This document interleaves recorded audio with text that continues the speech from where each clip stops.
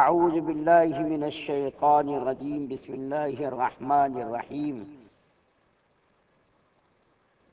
واعتصموا بحبل اللہ جميعا ولا تفرقوا واذكروا نعمة الله عليكم إذ كنتم أعداء فألف بين قلوبكم فأصبحتم بنعمته إخوانا وكنتم على شفا حفرة من النار فأنقذكم منها كذلك يبين الله لكم آياته لعلكم تهتدون۔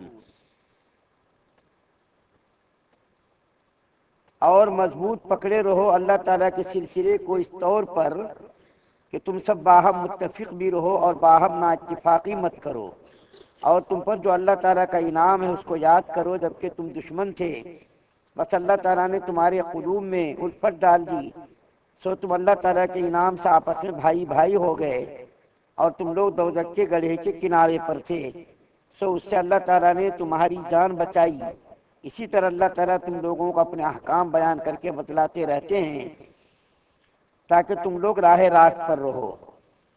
سورہ آل عمران کی 103 نمبر کی آیت آپ کے سامنے پڑھی گئی۔ کل آپ کے سامنے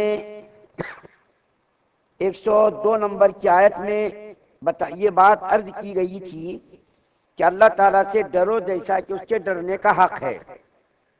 اس آیت کریمہ میں اللہ تعالیٰ نے اتحاد اور اتفاق اور نا اتفاقی سے بچنے کی تاکید فرمائی ہے۔ دونوں آیتوں میں دو اصول بتائے گئے۔ ملت کو اور قوم کو مضبوط اور مستحکم بنانے کے لیے 102 نمبر آیت میں تقوی کا حکم دیا گیا کہ اللہ سے ڈرو، اور 103 نمبر کی آیت میں اللہ تعالیٰ نے فرمایا کہ آپس میں سب بھائی بھائی بن جاؤ، اتفاق اور اتفاق کے ساتھ زندگی گزارو، نا اتفاقی سے تم لوگ آپس میں گریز کرو۔ گویا کہ دو اصول اور دو ضابطے ایسے بتائے گئے کہ اگر ان دونوں اصولوں پر اور دونوں ضابطوں پر عمل کیا جائے تو ملت اور امت نہایت ہی مستحکم اور مضبوط ہو سکتی ہے۔ ایک تو یہ کہ اللہ کا خوف ہو ہمارے دل کے اندر، جو ساری برائیوں سے بچنے کا ذریعہ ہے اور ساری نیکیوں کا سر چشمہ ہے۔ آدمی کے دل کے اندر اگر خدا کا خوف پیدا ہو جائے تو کسی برائی کے قریب نہیں جائے گا اور کوئی بھی نیکی چھوڑے گا نہیں۔ اور دوسری بات یہ کہ آپس میں اتحاد اور اتفاق قائم ہو اور نا اتفاقی سے آدمی بچے۔ انہی اصولوں پر عمل کرنے کی وجہ سے صحابہ کرام نے ساری دنیا پر حکمرانی کی، دنیا کی بڑی بڑی طاقتوں کو پاش پاش کر دیا۔ قلت تعداد کے باوجود، قلت ہتھیار کے باوجود مسلمانوں نے دنیا کے تہائی حصوں پر حکمرانی کی، بڑی بڑی طاقتوں کو لرزہ براندام کر دیا۔ بڑی بڑی طاقتیں مسلمانوں کے قدموں میں آ کر کے گر گئی، ان کی حکومتیں تاش کے پتوں کی طرف بکھر گئی۔ انہی اصولوں پر عمل کرنے کی وجہ سے کہ وہ لوگ اس طریقے سے سیسا پلائی دیوار کی طرح آپس میں متحد اور متفق تھے کہ کوئی بھی دشمن سامنے آئے وہ لوگ ڈرتے نہیں تھے۔ مسلمانوں کی ہیبت، مسلمانوں کی طاقت اور قوت کا راز یہ تھا کہ وہ لوگ آپس میں بالکل شیر و شکر تھے، بالکل آپس میں متحد اور متفق تھے۔ اختلاف اور انتشار سے وہ لوگ آپس میں بچتے تھے۔ اس کی میں ایک مثال عرض کرتا ہوں کہ ان کے درمیان کیسی طاقت تھی، اس کی وجہ کیا تھی، اور وہ لوگ آپس میں سیسا پلائی دیوار کی طرح تھے، دشمن ان سے لرزہ براندام کیوں رہتے تھے۔ ایک مثال دیتا، بہت ساری باتیں میں نے لکھ رکھی کہ عرض کروں گا لیکن وقت چونکہ بہت کم ہے، ایک مثال آپ کے سامنے پیش کرتا ہوں ان کے درمیان کیسا اتحاد اور اتفاق تھا۔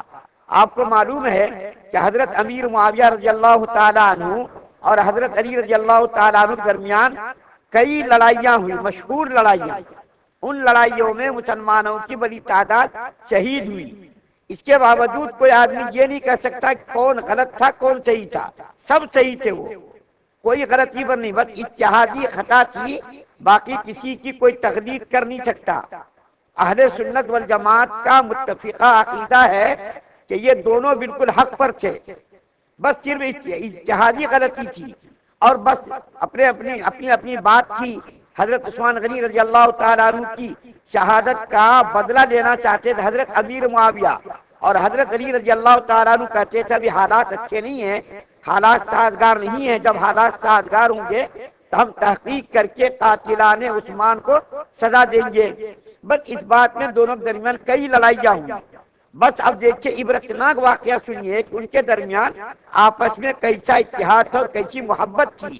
حضرت امیر معاویہ رضی اللہ تعالیٰ عنہ کو جب کوئی مسئلہ پیش آتا تھا اور وہ مسئلہ جب حل نہیں ہوتا تو حضرت امیر معاویہ رضی اللہ تعالیٰ عنہ حضرت علی سے آدمی بھیج کر کے مسئلہ معلوم کرتے تھے. آج ایسا ہو سکتا ہے اگر ہمارا کوئی دشمن ہو جائے تو ہمارے دشمن سے دوستی کرنے والا بھی ہماری نظر میں دشمن ہو جاتا کہ میرا وہ دشمن ہے, تم اس سے کیوں بات کرتے, تم اس سے کیوں لین دین کرتے, تمہارا اس کے ساتھ کیا تعلق ہے. لیکن حضرت امیر معاویہ رضی اللہ تعالیٰ عنہ کو جب کوئی مسئلہ پیش آتا اور جب وہ مسئلہ حل نہ ہوتا تو حضرت علی کے پاس آدمی بھیج کر کے وہ مسئلہ دریافت کرتے اس کے بارے میں آپ بتائیے شریعت کا حکم کیا ہے. تو جو میں واقعہ بیان کرنا چاہ رہا ہوں وہ یہ کہ جب دیکھا کہ دشمنوں نے, روم کے بادشاہ نے جب دیکھا کہ یہ مسلمان آپس میں دست و گریباں ہیں, لڑائی جھگڑے کے اندر یہ لوگ مشغول ہیں, تو اس کے اختلاف سے, ان کی دشمنی سے, ان کی لڑائی سے فائدہ اٹھانا چاہیے. چنانچہ روم کے بادشاہ قیصر نے حضرت علی رضی اللہ تعالیٰ عنہ کے اوپر لشکر کشی کرنے کا ارادہ کیا کہ دونوں الگ الگ ہیں, بھی آپس میں لڑائی دونوں کی چل رہی ہے. سب سے پہلے حضرت علی کو ہم ملیہ بیت کر دیں گے, اس کی طاقت کو پاس پاس کر دیں گے, اس کے بعد پھر حضرت امیر معاویہ کی طرف لوٹیں گے, اس کو بھی ہم ختم کریں گے. یہ اس کا پلان تھا. چنانچہ انہوں نے حضرت علی رضی اللہ تعالیٰ عنہ کے اوپر حملہ کرنے کا ارادہ کیا کہ یہ لوگ تو آپس میں لڑ رہے ہیں نا, ان کی طاقت تو بکھر گئی, ان کی شیرازہ بندی ہو گئی ہے, ان کو تو جو ہے آپس میں ان کی دشمنی چل رہی ہے. تو روم کے بادشاہ نے حملہ کرنے کا ارادہ کیا تو حضرت امیر معاویہ رضی اللہ تعالیٰ عنہ کو اطلاع ملی کہ روم کا بادشاہ حضرت علی رضی اللہ تعالیٰ عنہ کے اوپر حملہ کرنا چاہ رہا اور اس کو ختم کر کے اسلام کا نام و نشان مٹانے کی پلاننگ اور سازش کر رہا. تو حضرت امیر معاویہ کو تو خوش ہونا چاہیے تھا, ارے بہت اچھا موقع ہے, حضرت علی تو ہمارے دشمن ہے, اس کو ختم کر دیں گے, ساری دنیا پر ہم حکومت کریں گے, ایسا ہونا چاہیے تھا. لیکن آپ کو تعجب ہوگا کہ حضرت امیر معاویہ رضی اللہ تعالیٰ عنہ نے ایک خط لکھا, اور خط اتنا غصے کے ساتھ لکھا, اے رومی کتے, کتنا سخت لبو لے جائے دیکھیے. حالانکہ وہ لوگ بڑے اخلاق اور کردار والے لوگ تھے, زبان سے کوئی سخت جملہ نکالنا وہ لوگ پسند نہیں کرتے تھے. لیکن حضرت امیر معاویہ رضی اللہ تعالیٰ عنہ نے خط لکھا, اے رومی کتے, میں نے سنا ہے کہ تم نے حضرت علی رضی اللہ تعالیٰ عنہ کے خلاف لشکر کشی کا ارادہ کیا ہے, اس کے اوپر تم نے حملہ کرنے کا ارادہ کیا. خدا کی قسم اگر تم نے حضرت علی کی طرف نظر اٹھا کر کے بھی دیکھنے کی کوشش کی, جرت کی, تو خدا کی قسم علی کے لشکر سے سب سے پہلا سپاہی میں ہوں گا جو تمہارے خلاف تلوار اٹھاؤں گا اور تمہارے خلاف لڑوں گا.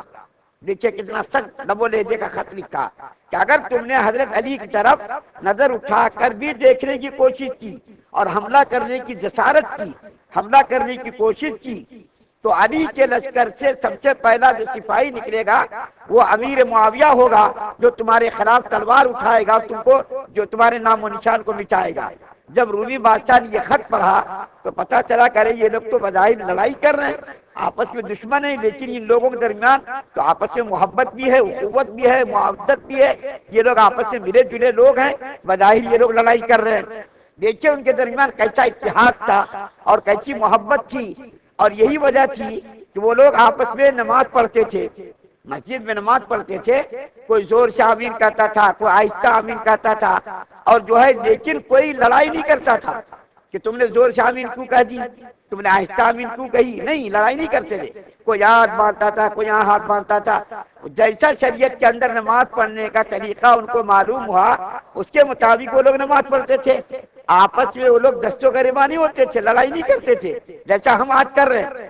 آج ہر فرقہ, ہر مسلک والا یہ سمجھتا ہے کہ میں جنتی ہوں, میرے سامنے والے فرقے کے لوگ جہنمی ہیں. جہنم سے کم پروانہ اور سرٹیفکیٹ دینے کے لیے ہم تیار نہیں. میرے سامنے والا میرا مخالف مسلک کا آدمی ہے وہ جہنمی ہے, بس ہم اس کے پیچھے نماز نہیں پڑھیں گے, ان کے پیچھے ہماری نماز نہیں ہوگی.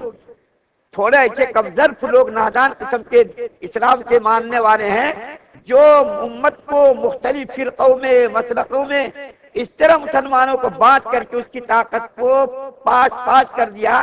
آج جو ہے جیسا تنکا بہتا ہے سمندر میں, پانی میں, نہروں میں, اس کی کوئی حیثیت نہیں ہوتی.